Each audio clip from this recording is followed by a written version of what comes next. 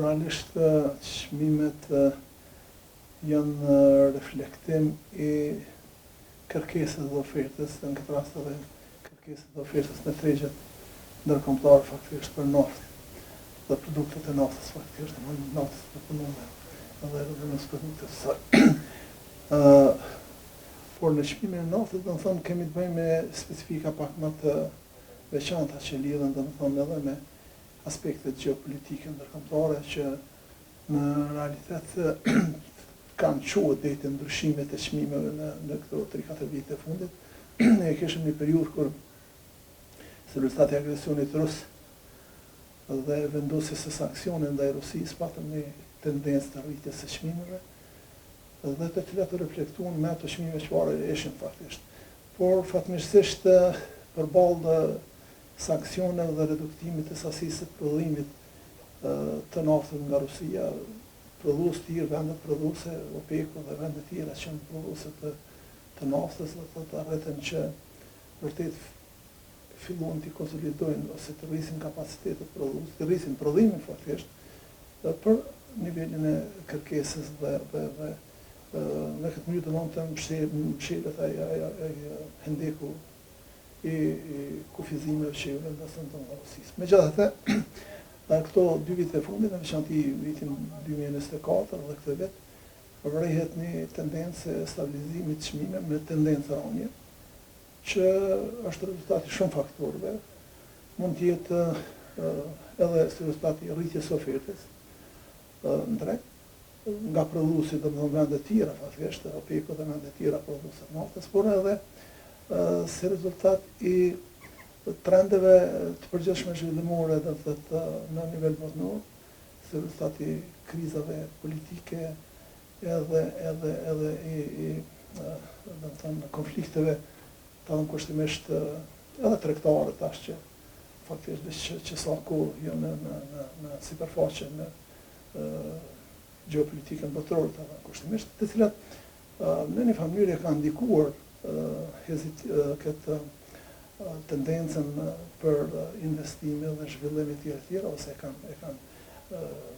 ngadalësuar tempën e ritmit të kërkesës për produktet e naftës që shkojnë në industrinë përpunuese, industrinë kimike të kushtimisht. E në veçanti, domethënë, në këtë drejtim kanë ndikuar sipas gjasave gjetja e burimeve alternative në industrinë automobile. Kjo që kena sot, do thotë, për shembull tregu kinez ose tregjet evropiane, amerikanë do të kërkojnë më pak, jo në sasi të konsiderueshme, por kërkojnë më pak, domethënë, energji ose burime energjetike për industrinë automobile nga nafta, duke avancuar atë me prodhimet e automjeteve që kërkojnë burime tjera alternative nga domethënë në energji elektrike, që në një mos e zvoglon kërkesën dhe projekcionet e ardhshme në një mënyrë sipas gjasave shkojnë në këtë drejtim. Po këtu mund të ketë faktorë të tjerë që mund të jenë edhe të ashtu quajtura institucionet ose fondet e fuqishme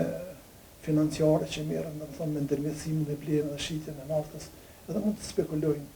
për rrethana të ndryshme edhe gjeopolitike të kushtimisht në tregjet ndërkombëtare, dhe kjo ka bërë që çmimi i naftës për momentet të jetë domethënë të ketë një tendencë rënje me një lloj stabilizimi, domethënë çfarë është këtë periudhën e këtij viti, por që është tendenca edhe nga viti i kaluar. Po, domethënë sigurisht se Kosova është pjesë e tregut ndërkombëtar dhe furnizimin e vendit nga furnitorët më të kushtimisht ndërkombëtar, dhe realisht domethënë çmimi hyrs do të jetë ai çmim që është në bursat ndërkombëtare faktikisht. Dhe kjo do të reflektojë edhe në çmimin i cili do të dalë në tregun tonë. Po këtu do të kemi parasysh se këto ndryshimet që kanë bënë me produktet të cilat kotohen në berzë, domethënë në bursat ndërkombëtare, nuk reflektojnë më njëherë në tregun lokal, për arsye se ndërmjetësuesit tregtar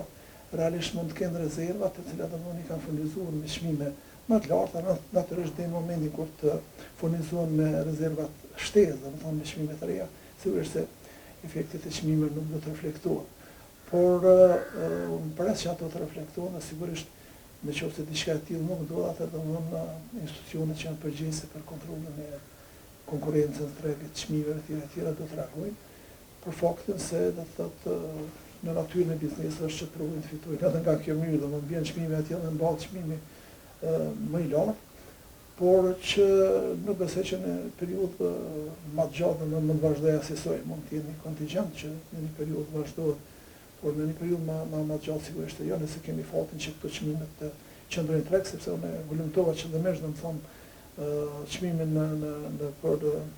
një elite për afërsisht do të them më dikon çmime të sillen 38-40 cent euro, dhe sigurisht kur i shtohen pastaj këtyre pjesa tjetër që ka të bëjë me akcizën që kemi, do të thonë me TV-shën që i shtohen, dhe me marzhën e cila mendoj megjithatë në këtë rast edhe ndoshta mund të jetë edhe kontrolluar